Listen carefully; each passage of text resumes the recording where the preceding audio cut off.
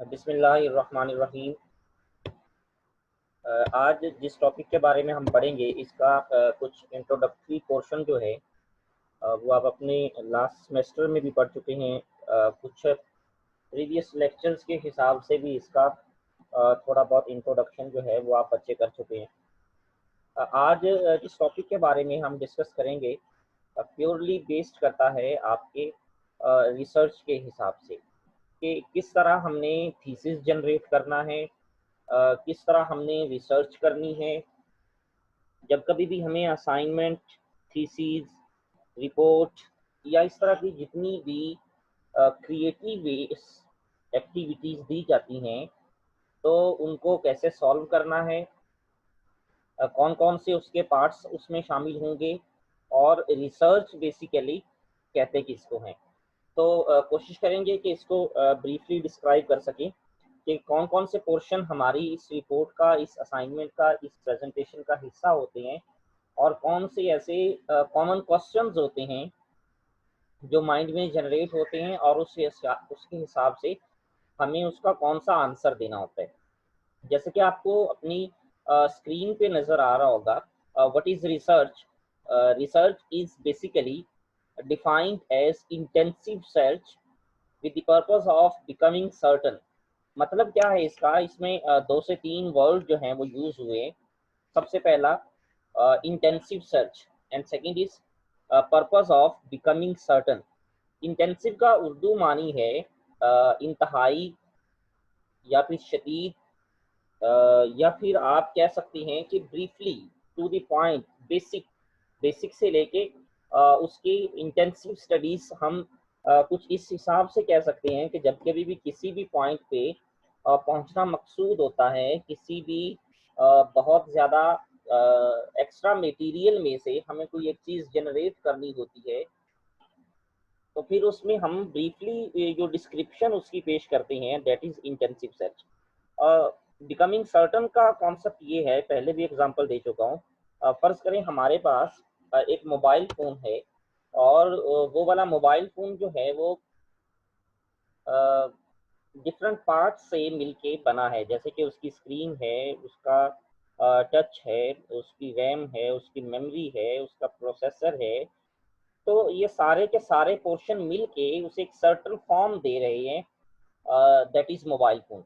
यहाँ पे भी कुछ ऐसा है कि हम मुख्तलिफ चीज़ों के बारे में बहुत डीपली डिस्कशन करते हैं और उन डीपली डिस्कशन के बाद हमारा पर्पज़ ये होता है कि हम इसको एक प्रॉपर फॉर्मेट में लेकर आएँ और वही प्रॉपर फॉर्मेट जो after research, after searching, after completion हमारे पास सामने आई है, that is research. The second definition is it is a systematic investigation into reality to gain knowledge.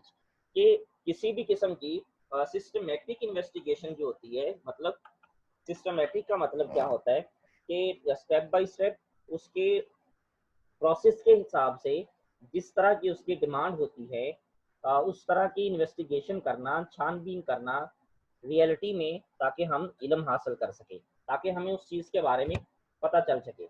आज के इस टॉपिक में जो हमारा बेसिक पर्पस है इस टॉपिक का पढ़ने का, कि हमने इसको लिखना कैसे है। इसके कुछ पोर्शन जो हैं वो पहले हम डिस्कस कर चुके हुए हैं कि हमने इसको लिखना कैसे है। पोर्शन होते कौन से हैं वो एक अलग चीज़ है, वो भी इसके साथ साथ डिस्कस हो जाएगा, लेकिन वो पोर्शन जो हैं वो हम लिखते कैसे हैं। सबसे पहला पोर्शन उसका होता है अब्स्ट्रैक्ट। पहले भी आप लोगों को बताया जा चुका है कि ये अब्स्ट्रैक्ट होता क्या है। एक वर्ड पहले भी हम अब्स्ट्रैक्ट पढ़ चुके हैं नाउन की टाइप्स में, कि हर वो नाउन जिसे हम देख नहीं सकते, जिसे हम टच नहीं कर सकते लेकिन फील कर सकते हैं, दैट इज अब्स्ट्रैक्ट नाउन। यहाँ पे जब कभी भी हम कुछ राइट करना शुरू करते हैं, जैसा कि आप कह सकते हैं कि अ, हम कोई समरी लिख रहे हैं, हम रिपोर्ट लिख रहे हैं, हम रिसर्च कर रहे हैं, हम थीसिस लिख रहे हैं, उसका फर्स्ट पोर्शन जिसको हमने अब्स्ट्रैक्ट का नाम दिया, उसमें कौन कौन सी चीज़ें शामिल करेंगे। It is a summary of a body of information, कि हम जितनी भी इंफॉर्मेशन जो है वो रिप्रेजेंट करना चाह रहे हैं, जितनी भी इंफॉर्मेशन हम लिख देना चाह रहे हैं, जितनी भी इंफॉर्मेशन हम एक्सप्रेस करना चाह रहे हैं, उसकी समरी जो होती है दैट इज अब्स्ट्रैक्ट फॉर्म। और इसमें इस समरी में जिसको हमने अब्स्ट्रैक्ट फॉर्म का नाम दिया, it expresses the main claim and argument of the paper. मतलब क्या है कि हमारे रिसर्च क्वेश्चंस जो होते हैं, जिन क्वेश्चंस को लेके हम पूरी की पूरी रिसर्च करना चाह रहे होते हैं, किन क्वेश्चंस का हमने आंसर फाइंड करना है, वो सारे के सारे क्वेश्चंस की एक्सप्रेशन जो है वो हम अब्स्ट्रैक्ट लेवल पे आके करेंगे। और इसमें बेसिकली 4 क्वेश्चन जो होते हैं जिसकी बेस पे हम ये रिसर्च करते हैं और अब्स्ट्रैक्ट जनरेट करते हैं। The first portion is why did you do this study art project, कि आप ये जो प्रोजेक्ट कर रहे हैं या ये असाइनमेंट कर रहे हैं या फिर ये जो रिपोर्ट लिखना चाह रहे हैं, इसका इसका मकसद क्या है, आप क्यों ये कर रहे हैं। अब ये सवाल वहां पे वैसा नहीं लिख देना, आपने इसके इस आइडिया की एक्सप्रेशन देनी है, आपने कुछ लाइनों में इसकी समरी रिप्रेजेंट करनी है कि मेरी इस असाइनमेंट करने का, मेरे इस प्रोजेक्ट करने का मकसद क्या है, मैं ये प्रोजेक्ट कर क्यों रहा हूँ। The second question is what did you do and how, आप क्या करेंगे और कैसे करेंगे। मतलब आपने अपना प्रपोजल रिप्रेजेंट करना है कि मैं ये काम कैसे करूंगा और किस तरीके से करूंगा। ये सारे का सारा प्रपोजल आपने क्वेश्चन बाय क्वेश्चन, ये हेडिंग बाय हेडिंग नहीं देना, आप पैराग्राफ्स की फॉर्म में दे सकते हैं। जैसे कि आप जो समरी बना रहे हैं उसमें कोई एक ऐसा पोर्शन, आप जिस तरह स्टार्टर पोर्शन है उसमें आप ये बता दें कुछ लाइनों में, 2 लाइनों में, 3 में, 4 में, it's up to your demand, कि आप ये प्रोजेक्ट क्यों कर रहे हैं, कैसे करेंगे और क्या लिखेंगे इसमें। व्हाट डिड यू फाइंड, आप क्या तलाश करेंगे, क्या तलाश किया आपने। मतलब रिसर्च करने के बाद जब आप उसकी रिप्रेजेंटेशन करना शुरू करेंगे तो जाहिर बात है आपने ये बताना है कि मेरे रिसर्च क्वेश्चंस कौन से थे और इस रिसर्च क्वेश्चंस के आंसर जो मैंने ढूंढे हैं, जो मैंने फाइंड किए हैं, वो क्या हैं।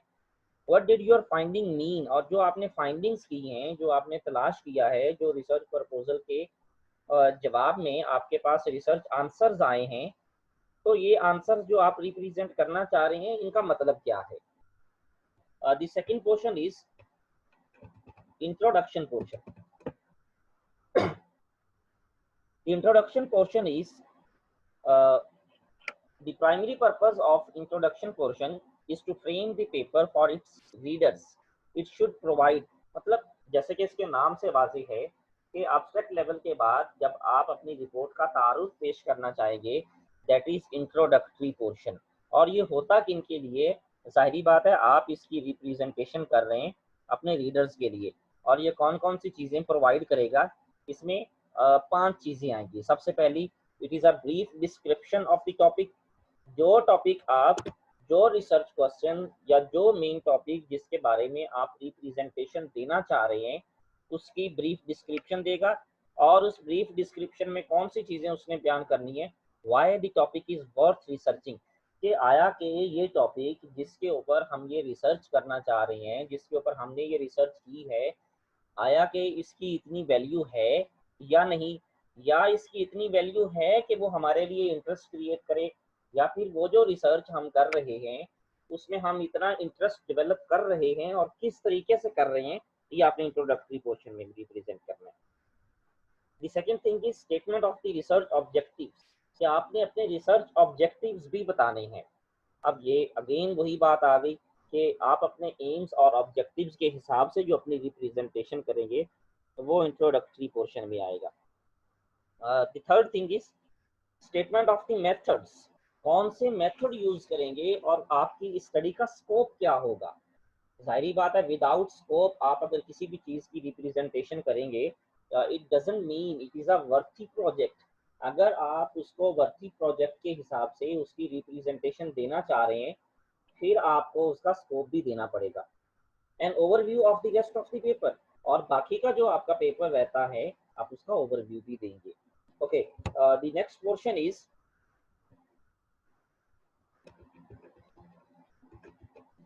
Literature review. 4 गाइड क्वेश्चंस, यहाँ पे लिटरेचर रिव्यू में 4 क्वेश्चंस जो हैं वो हमें गाइड करेंगे। और वो 4 के 4 क्वेश्चंस क्या हैं। सबसे पहला, what is the present state of the knowledge regarding the topic under consideration. Second, how are the studies related to the one being proposed. Third, what is the quality of the studies reviewed, and the last one is how will the proposed study contribute to the existing literature. Literature review वाला portion जो है, पहले भी आपको ये explanation हो चुकी है कि इस पोर्शन में आपने बताना है कि इस वक्त प्रेजेंट स्टेट में आपके पास इस टॉपिक से रिलेटेड नॉलेज की पोजीशन क्या है, एक चीज ये बतानी होती है। सेकंड थिंग जिसकी रिप्रेजेंटेशन करनी होती है वो ये कि अगर इस टॉपिक से रिलेटेड ऑलरेडी काम हो चुका है, रिसर्च हो चुकी है, आप कितना कंट्रीब्यूट कर रहे हैं उस एग्जिस्टिंग टॉपिक से रिलेटेड। मतलब कि एक एक अगेन एग्जांपल जो है उसको रिपीट कर देती हैं। और फर्ज करें को एजुकेशन है और उसके बारे में आपको रिसर्च करनी है कि आया कि को एजुकेशन जो है ये नेशन के लिए इतना वर्क प्रोजेक्ट है कि इस पे अमल किया जाए या इसको लागू किया जाए, या इसकी इतनी वर्थ नहीं है कि इसे फॉलो किया जाए। ओके, तो आप हम सबसे पहले जो लिखते होते हैं कि कुछ के नज़दीक जो को एजुकेशन जो है वो मीनिंगफुल है, और कुछ के नज़दीक जो को एजुकेशन है उसकी इतनी वैल्यू नहीं है। लेकिन उसके बाद हम कंट्रीब्यूट करते हैं अपना, क्योंकि हम एग्जिस्टिंग नॉलेज के हिसाब से अपना पॉइंट ऑफ व्यू अलग से रिप्रेजेंट कर रहे हैं। अगर हम अपना पॉइंट ऑफ व्यू पेश नहीं कर रहे तो फिर हमें present state of the knowledge जो है वो एक्सप्लेन करनी पड़ेगी। यहाँ पे लिटरेचर व्यू वाले पोर्शन में हम क्या करेंगे, जिस टॉपिक से रिलेटेड हम रिसर्च कर रहे हैं, पहले हम देखेंगे कि हमने जो रिसर्च की है उस टॉपिक के रिलेटेड, उस टॉपिक के रिगार्डिंग तो हमारी present state of the knowledge क्या है। सेकेंड, आया कि वो हमारी स्टडीज जो है, जो हमने रिसर्च की है, वो हमारे टॉपिक से रिलेटेड भी है या नहीं, या फिर हमने जो क्वालिटी रिप्रेजेंट की है, जिस जिस स्टडी को हम रिप्रेजेंट कर रहे हैं, आया कि वो क्वालिटी रिव्यूड है या नहीं, या फिर आप ये एक्सप्लेन करेंगे कि पहले से उस चीज़ के ऊपर कितना काम कर हो चुका है, आपकी उसमें कितनी कंट्रीब्यूशन है। सेम लाइक कंप्यूटर के, जब कंप्यूटर बनाया गया था तो उसकी कैपेसिटी कितनी थी, वो कितनी प्लेस घेर के उसकी रिप्रेजेंटेशन हो रही थी। आहिस्ता आहिस्ता चीज़ें जो हैं वो चेंज होती गई, लेकिन जिसने भी इसकी चेंजिंग की उसने पहले वाले नॉलेज को ख़त्म नहीं किया, बल्कि पहले की बेस पर ही चीज़ों को रिप्रेजेंट किया है, इस तरह कि पहले वाली चीज़ें भी मौजूद रहें और उसके बाद उसकी कंट्रीब्यूशन भी उसमें होती रहे। Okay, the next thing is methodology. Methodology is the demonstrating that you are aware of the research methods used to study this topic. कि बेसिकली ये एक अवेयरनेस होती है हमारे हिसाब से, ये जो भी रिसर्चर होगा उसके हिसाब से, कि आया कि जिस टॉपिक के रिलेटेड वो अवेयरनेस दे रहा है, जिस टॉपिक से रिलेटेड वो स्टडी कर रहा है, अपने क्वेश्चन का आंसर फाइंड करने के लिए वो किस किस्म के मेथड्स यूज करता है, या सेकंड लाइन में कि वो जो रिसर्च मेथड जो उसने यूज किए हैं उसकी जस्टिफिकेशन होती है कि आया कि इससे हमारे रिक्वायर्ड रिजल्ट्स जो हैं वो गेन हो रहे हैं या नहीं। अगर रिक्वायर्ड रिजल्ट्स गेन नहीं हो रहे तो फिर ऐसी मेथोडोलॉजी जो है वो एप्लीकेबल नहीं है। Okay, to explain and justify the method of data collection and analysis, कि किस तरीके से हमने डाटा कलेक्ट किया क्वेश्चंस का आंसर फाइंड करने के लिए, और किस तरीके से हम डाटा एनालिसिस कर रहे हैं उस टॉपिक को रिप्रेजेंट करने के लिए। अगर हमारे मेथड्स जो हैं वो एक्सप्लेन नहीं कर रहे, वो उन मेथड्स की जस्टिफिकेशन नहीं कर रहे, किस तरीके से हमने डाटा कलेक्ट किया या किस तरीके से हम उस डाटा को एनालाइज कर रहे हैं, तो ऐसे टॉपिक्स जो हैं वो भी एप्लीकेबल नहीं है। Okay, the next topic is next point is conclusion। जिस तरह के इसके नाम से पता है, हम जब भी कोई मजमून लिखते हैं तो उस मजमून के आखिरी पोर्शन में हम क्या करते होते हैं, कंक्लूजन करते हैं। कोई भी टेक्स्ट लिखते होते हैं तो उस टेक्स्ट का आखिरी पोर्शन जो होता है उसमें हम सारे के सारे उस ऐसे को, उस टेक्स्ट को या उस पैराग्राफ को हम कंक्लूजन फॉर्म में लेकर आते हैं। तो सेम ऐसे ही कंक्लूजन का फॉर्मेट क्या होगा, basically the results and discussion should be the focus on this part, कि जितने भी हमने रिजल्ट्स की रिप्रेजेंटेशन की है या जितनी भी हमने डिस्कशन की है वो सारी की सारी जो है वो बेस करेगी इस कंक्लूजन वाले पोर्शन में। और इस कंक्लूजन वाले पोर्शन में हमने लिखना क्या होता है, to sum up your findings, क्या क्या आपने फाइंड किया, क्या क्या आपने रिजल्ट्स गेन किए। तो ये सारे की सारी फाइंडिंग्स और सोल्यूशन जो है इसको समअप करना है, कंक्लूजन में हाईलाइट करना है कि आया कि हमने ये जो स्टडी की है, इस स्टडी को करने के नतीजे में हमारे पास जो इसके आउटकम्स आए हैं उसकी सिग्निफिकेंस क्या है, उसकी अहमियत क्या है, कितना ज़्यादा वो वैल्यू करता है, कितनी ज़्यादा उसकी वर्थ है, हमारे रिजल्ट्स कितने वर्थ रखते हैं। ये सारे के सारे हमने कंक्लूजन वाले पोर्शन में करने हैं। The next portion is to outline any implication and recommendation indicated by the findings. Okay, उन क्वेश्चन का आंसर फाइंड करते हुए अगर हमने कुछ recommend करना है, अगर हमने कुछ implications करनी है, कुछ ऐसी चीज़ें हैं जिसको हमने फाइंड किया है और हमारे हिसाब से हम recommend कर रहे हैं कि ये काम अगर ऐसे recommended फॉर्म में किया जाए तो उसके रिजल्ट्स जो हैं वो बेटर वे में आएंगे, तो हमने कंक्लूजन वाले पोर्शन में उसकी आउटलाइन भी देनी है। ओके, रिजल्ट्स और डिस्कशंस होते क्या हैं जो कंक्लूजन वाले पोर्शन में। Basically the results present the findings of your research, और वो जो हमने अपनी फाइंडिंग्स की हैं, हमने क्या क्या नताइज निकाले हैं, हमें कौन कौन सा नॉलेज गेन हुआ है, वही हमारे रिजल्ट्स हैं। और उनको हमने ऑर्डरली मैनर्स में करना है, और ऑर्डरली मैनर्स में करने के लिए हमने जब उसको नोट डाउन करना है, हमने उसको लिखना है, तो उसको हेडिंग्स में लिखना है। और हेडिंग्स इस तरह करनी है कि जिस तरीके से हमने मेथोडोलॉजी यूज की है, किस तरीके से कैसे कैसे रिजल्ट्स हमारे पास गेन आ रहे हैं, किस किस तरीके से हमें अंडरस्टैंडिंग हो रही है, वैसे ही हम उसको लिख देंगे। और उसके बाद जो उसका डिस्कशन वाला पोर्शन होगा,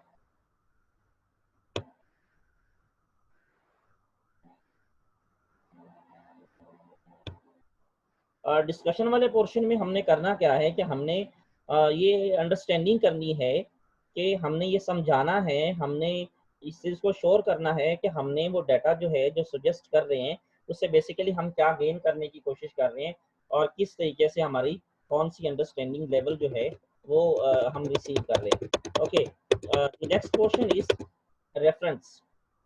जल्दी जल्दी करते हैं जी, ये चीज़ें इजी हैं पहले भी। रेफरेंस के किस तरीके से हमने कहाँ कहाँ पे ये टेक्स्ट जनरेट की, या किस तरीके से हमने रिजल्ट हासिल किए, किन किन लोगों से हम मिले, किन से डाटा कलेक्ट किया, कहाँ पे हमें ये डाटा कलेक्शन में किस किस चीज़ ने हमारी हेल्प की, हम अल्फ़ाबेटिकली उस चीज़ को नोट डाउन कर लेंगे। अपेंडिसेस, अपेंडिसेस का मतलब ये है कि present relevant details such as letter to participant and organization, कि हमने क्या किया कि हमने उसके रिलेटेड जितनी भी रेलिवेंट डिटेल्स की हैं ड्यूरिंग रिसर्च, जो जो चीज़ें हमें हमारे पास आती गई हैं और उन चीज़ों से रिलेटेड हमने किसी को कोई सर्टिफिकेट दिया है या किसी को कोई पार्टिसिपेशन लेटर दिया है किसी भी ऑर्गेनाइजेशन को, तो हम वो नोट डाउन कर लेंगे। ओके, अब नेक्स्ट पोर्शन है कि where and how do we begin, कि कहाँ से हमने ये शुरू करना है और किस तरीके से हमने शुरू करना है। कुछ छोटी छोटी चीज़ें हैं, इंटरेस्टिंग भी हैं, जल्दी इसको सम अप करते हैं जी। Something first is that interest you but from which you can still learn much. आप उस पोर्शन से शुरू कर सकते हैं जहाँ पे आपको ये लगे, जहाँ पे आपको ये फील हो, जहाँ पे आपको ये लगे कि इस पोर्शन के अंदर हमारी दिलचस्पी है और इस तरीके इस यहाँ से हम खुद भी अच्छे तरीके से लर्न कर सकते हैं। उस पोर्शन से स्टार्ट करेंगे, उस पॉइंट ऑफ व्यू से स्टार्ट करें, वहाँ से आप उसको स्टार्ट करेंगे तो आपके लिए ईजी होगा। क्योंकि आप अपने स्ट्रॉन्ग पोर्शन से, स्ट्रॉन्ग एरिया से जब तक शुरू नहीं करेंगे तब तक वो आपका कॉन्फिडेंस लेवल नहीं एक्सप्लेन कर सकेगा। Second is not too broad, आप उसको इतना ज़्यादा नहीं लिखेंगे जितनी उसकी ज़रूरत है, आप उसको बिल्कुल ब्रॉडर टर्म में लेकर नहीं जाएंगे, बल्कि टू द पॉइंट रहेंगे और स्टेप बाय स्टेप जिस तरह उसकी रिक्वायर्ड मटेरियल में उसकी ज़रूरत है वैसे ही उसको एक्सप्लेन करते जाएंगे। नॉट टू डिफिकल्ट, ज़्यादा मुश्किल भी नहीं करना, क्योंकि सब जितना ज़्यादा मुश्किल मटेरियल आप रिप्रेजेंट करेंगे उतनी ज़्यादा इंटरेस्ट जो है वो लूज होगा। अगर आप इंटरेस्ट डेवलप करना चाहते हैं तो ईजी टू अंडरस्टैंड वे में लिखें, इससे चीज़ों को समझने में भी आसानी होगी। And the last portion is that has some interest for the average reader. अच्छा, इस तरीके से आपने उसकी रिप्रेजेंटेशन कर दी है कि उसमें इंटरेस्ट है उन लोगों का भी जो आपके एवरेज रीडर्स है। मतलब रीडर्स की अगर हम एक्सप्लेनेशन करते हैं तो तीन कैटेगरीज में कर रहे हैं, वीक है, एवरेज है, स्ट्रॉन्ग है। तो स्ट्रॉन्ग यूजर्स जो हैं, स्ट्रॉन्ग रीडर्स जो हैं वो तो कर लेंगे, लेकिन जब तक आप एवरेज रीडर्स को लेकर नहीं उसमें आएंगे तब तक आपकी इस रिसर्च का कोई मकसद नहीं रह जाएगा। ओके, सेकंड इज कि आपने इसकी बुलेटिन्स कैसी बनानी है, आप इसकी आउटलाइंस कैसे बना सकते हैं, आप इसको स्टार्ट कैसे कर सकते हैं, आप डाटा कलेक्ट कैसे कर सकते हैं। सबसे पहले आप ऑब्जर्व करेंगे, ये एक्सपीरियंस करेंगे। मतलब जिस टॉपिक के रिलेटेड आप वर्क करना चाह रहे हैं, सबसे पहले आप उसके रिलेटेड ऑब्जर्वेशन बनाएं, उसके रिलेटेड डाटा कलेक्ट करें, या फिर उसके रिलेटेड आपको पहले से ही कोई एक्सपीरियंस है तो फिर आप उस चीज़ को भी ऑब्जर्व कर सकते हैं, इंटरव्यू कर सकते हैं लोगों के। आप मुख्तलिफ लोगों से उस चीज़ के बारे में क्वेश्चन पूछ सकते हैं। जिस तरह क्वान्टिटेटिव में आप अगर लोगों की राय पूछना चाह रहे हैं तो 5-10 लोगों का एक ग्रुप बना रहे हैं और उसमें से परसेंटेज के हिसाब से डाटा कलेक्ट कर लें। दी लाइब्रेरी, आप लाइब्रेरी यूज़ कर सकते हैं और लाइब्रेरी में जाएं, जाहिर बात है बुक्स के हिसाब से आपको काफ़ी चीज़ें जो हैं वो बेटा स्क्रीन पे मत लिखें, ये लेक्चर रिकॉर्ड हो रहा है, किसी और क्लास के लिए भी जाए। Okay, special bulletins and reports, आप क्या करेंगे कि कुछ ऐसी बुलेटिन्स बनाएंगे, कुछ हेडिंग्स बनाएंगे, कुछ पोर्शंस बनाएंगे जो आपकी इस रिपोर्ट को या आपकी इस रिसर्च मेथड को स्पेशल कर दे। ओके, आउटलाइन की कुछ कॉमन टाइप्स होती हैं कि किस तरीके से बनाना, जिस तरह की आपके सामने है। The first portion is main idea. तो अगर आप इसकी एक्सप्लेनेशन कर रहे हैं उसको पार्ट के हिसाब से, नंबर 1 ये जिस तरह ये ए बी, आप 1 पोर्शन फिर 2 पोर्शन, अगर 2 पोर्शन में मजीद लेके जाना चाह रहे हैं तो आप ए और बी के साथ उसकी एक्सप्लेनेशन कर सकते हैं। यहाँ पे सेकंड पोर्शन अगेन, ये जो जितनी भी आपने आउटलाइंस बनानी है आप उसकी हेडिंग्स बनाए, सब हेडिंग्स बनाएंगे, कैटेगराइज करेंगे। जिस तरह आपने एक पॉइंट को नाम दिया है 1 और उसी का ही पोर्शन मजीद एक्सप्लेन करना चाहेंगे तो 1.1, उसी का पोर्शन मजीद एक्सप्लेन करना चाहेंगे तो 1.2, 1.3, 1.4, 1.5, और यहाँ तक अगर आपको लगता है कि आपका टॉपिक कंप्लीट है फिर सेकंड पोर्शन उसको 2 का नेम दे दें, फिर 2.1, 2.2, 2.3। तो इस तरीके से आप उसकी एक्सप्लेनेशन दे सकते हैं।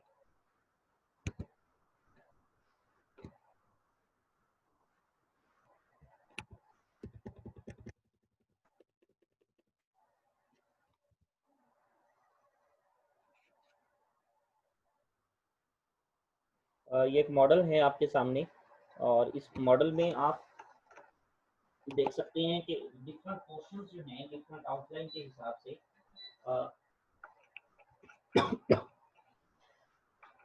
फर्स्ट में फर्स्ट पोर्शन जो है उसको 2 हिस्सों में डिवाइड किया गया है और जो पहला हिस्सा जिसको ए और बी के नेम से डिफाइन किया गया है, ए के अलग से पोर्शन है और बी के फिर अलग से पोर्शन है। सेकंड लाइन में सेकंड पोर्शन जो है अगेन इसको 2 हिस्सों में डिवाइड किया गया है, first portion A and second portion is B, और ए वाले पोर्शन को अगेन डिवाइड किया गया है 1, 2, 3, और बी वाले पोर्शन को फिर डिवाइड किया गया है 1, 2, 3, 4।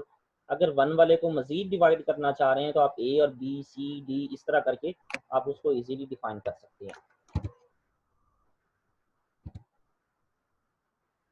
कोटेशन का यूज कर सकते हैं, और कोटेशन होती क्या है कि ऐसी ऐसे वर्ड्स, ऐसी लैंग्वेज जो आपने किसी और सोर्स से फाइंड की है, आपने किसी के अल्फाज लिखे हैं, कहीं से कुछ आपने कोट किया है, तो आप उसको इन्वर्टेड कॉमास के अंदर कोटेशन मार्क देकर सेम वैसे का वैसे ही लिख सकते हैं।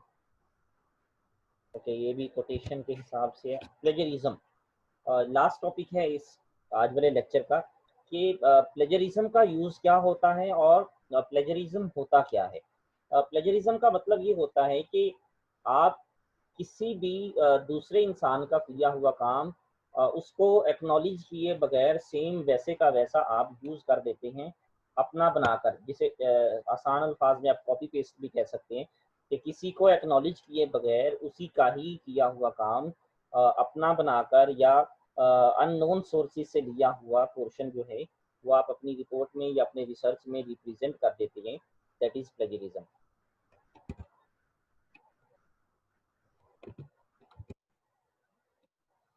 ये अगेन प्लेजरिज्म है कि प्लेजरिज्म होता क्या है, the act of presenting another's work और आइडियाज एज योर ओन, कि आप ऐसे रिप्रेजेंटेशन दे रहे होते हैं जैसे किसी का किया हुआ काम आपका अपना होता है, आप उसको एक्नॉलेज नहीं करते, आप स्टोलन कर लेते हैं किसी दूसरे का काम। अब इसका मतलब ये भी नहीं होता कि आपने किसी भी जगह से देख के सेम वैसे का वैसा लिख दिया, ऐसा नहीं है।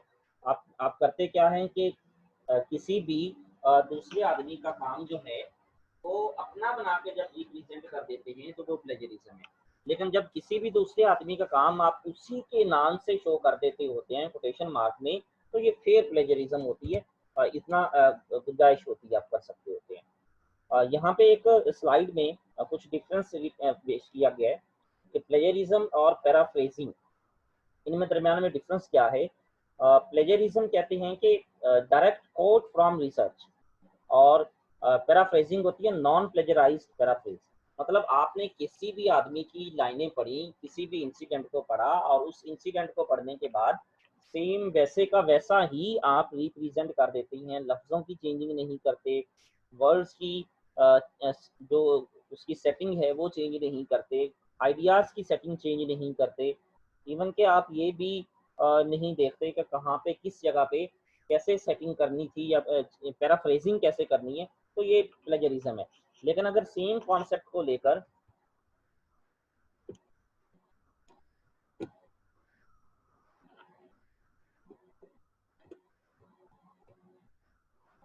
सेम उसी कॉन्सेप्ट को लेके आप उसको पैराफ्रेज करते हैं, वर्ड चेंज करते हैं, कहीं पे अगर कोई मुतरादिफ वर्ड यूज़ करना है, कहीं पे सिनोनिम यूज़ करने हैं, एंटोनिम यूज़ करने हैं, सिंगुलर प्लूरल चेंज करने हैं, वर्ड्स का फॉर्मेट, वर्ड्स की सेटिंग चेंज करनी है, तो ये पैराफ्रेजिंग होती है और पैराफ्रेजिंग की गुंजाइश जो है वो होती है।